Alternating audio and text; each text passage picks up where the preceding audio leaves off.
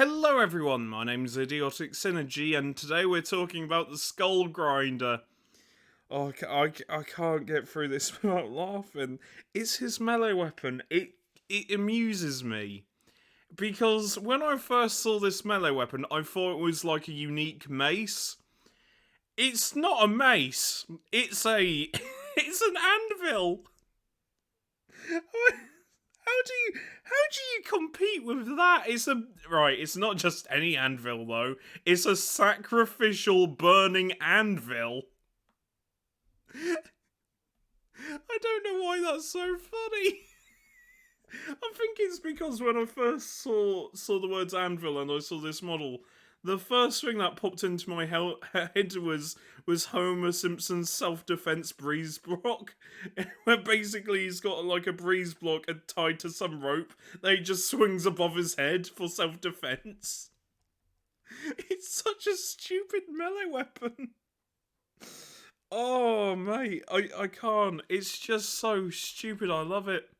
I absolutely love it, and you can probably tell that it's plastic, so it's not a resin job. And painting this model up would be really cool.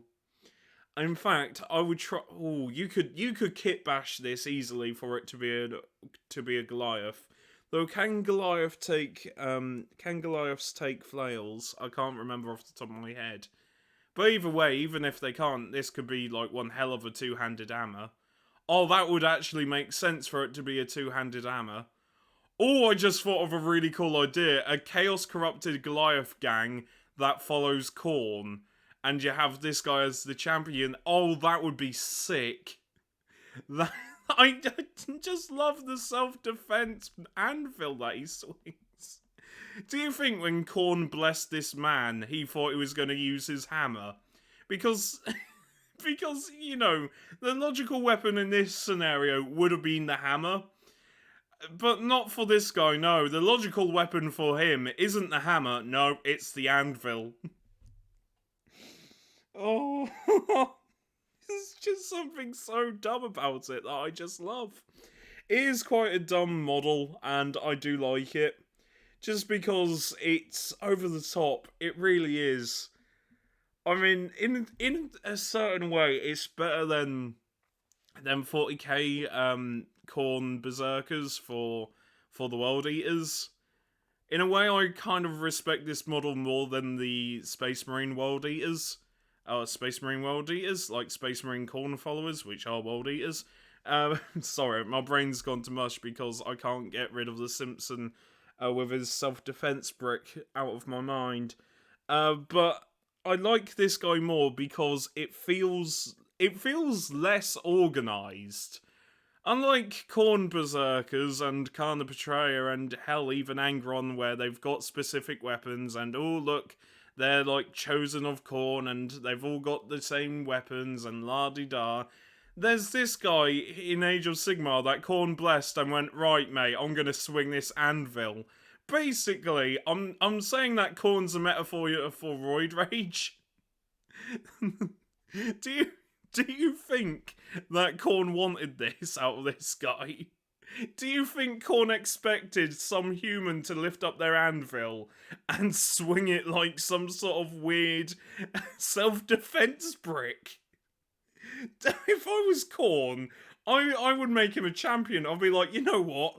Mission failed successfully, or task successfully failed. I don't know how you would word that, but I really like the idea that Khorne blessed this guy, and he expected the hammer to be like this god-killing weapon, and this guy missed the memo somewhere and just immediately went, ooh, anvil, chain, ooh.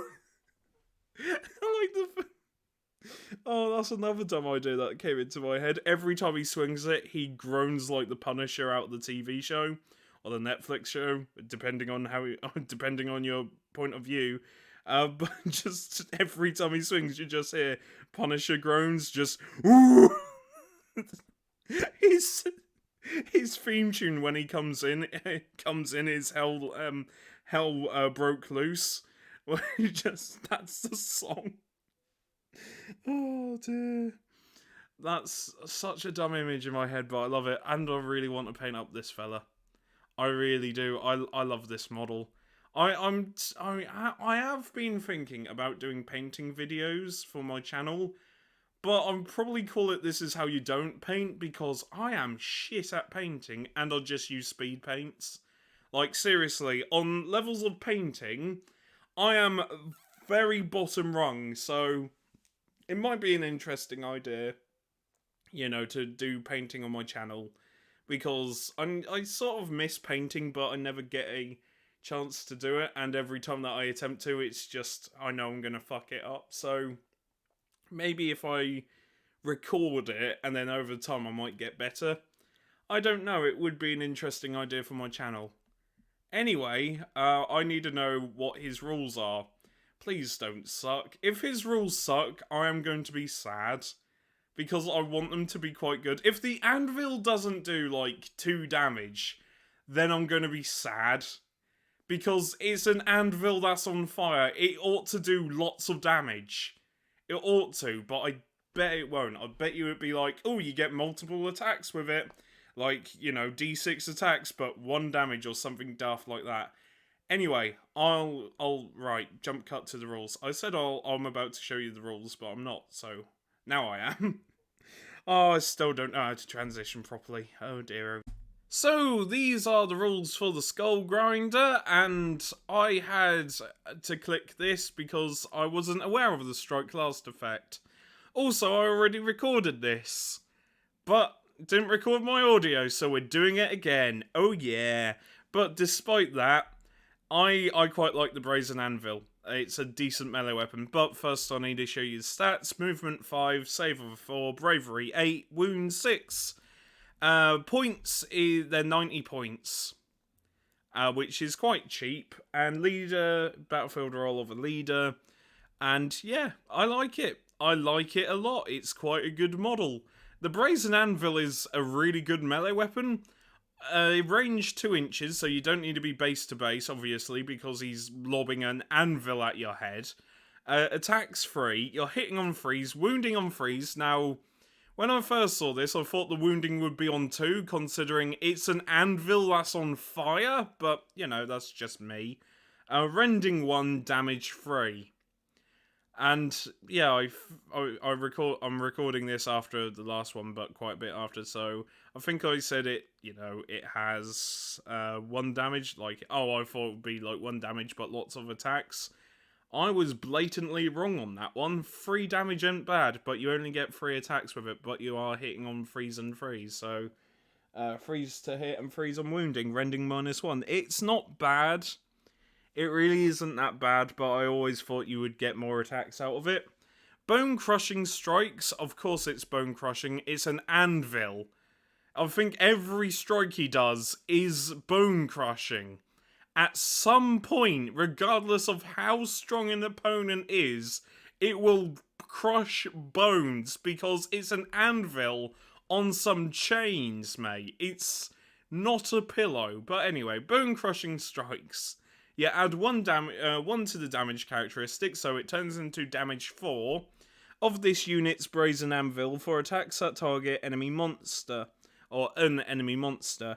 In addition, if any wounds caused by an attack made with this monster's, made by this I can't talk, I give up. Made with this unit's Brazen Anvil are allocated to an enemy monster, the Strike Last effect applies to that enemy monster until the end of the phase. I still don't know what the Strike Last ability is. It doesn't make sense to me. Maybe if someone down below can try and explain it like I'm a child.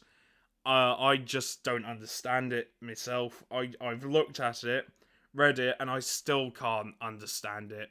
But I like the description.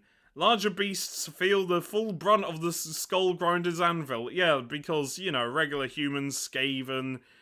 I'm pretty sure every person in all of Sigmar will feel an anvil being dropped on them.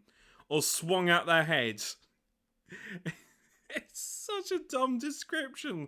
It should just be, this man likes an anvil, get yeeted Lamau. That's what it should be. But don't worry, there's another ability. Tempered by Fury. Until the horns of battle are sounded, Skullgrinders are known to work... What? Skullgrinders are known to work their craft ceaselessly, tempering the weapons. How does he temper the weapons? Does he just tie them to the anvil and to test them out he swings it at someone? It's like, right, it's sharp, how can you tell? Vroom, vroom, vroom. He just sellotapes it on, he uses Flex Seal. It's Phil Swift. Oh dear. Anyway, so yeah, he apparently tempers weapons. He basically makes their weapons slightly bit better. So at the end of deployment, you can pick one other friendly bloodbound hero within 8 inches of this unit. The bloodbound hero can be any of them, including I can't pronounce his name, Skarak the Bloodborne, Vorgath the Scarred on Scarlock, the Skull host of... My god, these names. I meant the word Vorgor... I can't pronounce it. This name here, I'm pretty sure, would instantly win you Scrabble. And so would this one, to be fair. They would both win you Scrabble, but I think Vorgaroth is a better word. And also, you have all these heroes here. Drom? Who the fuck is Drom? What a stupid name. Oh, next video will be on Drom. Drom? Oh, what's your name today? I'm the Skullgrinder. What's your name? I'm the Realm Gore Ritualist. What's your name? I am Drom. Drom. Right, sorry. Yes, you get to pick a hero's melee weapon and improve the rending characteristic of that weapon by 1 until the end of the battle. So yeah. It also means you can pick yourself or one other. So if you have like 2 of these guys, you can buff each other and get a rending 2 anvil, which would be quite fun. But you know, or you could buff Trom. Who the fuck's Drom? Oh dear, Mighty Khorne Berserker Drom. Right, I need to know who the hell Drom is. That's going to be next video. Anyway, I've been Idiotic Synergy. And I'll see you later. Remember, take care, stay safe, and look after each other. Bye for now.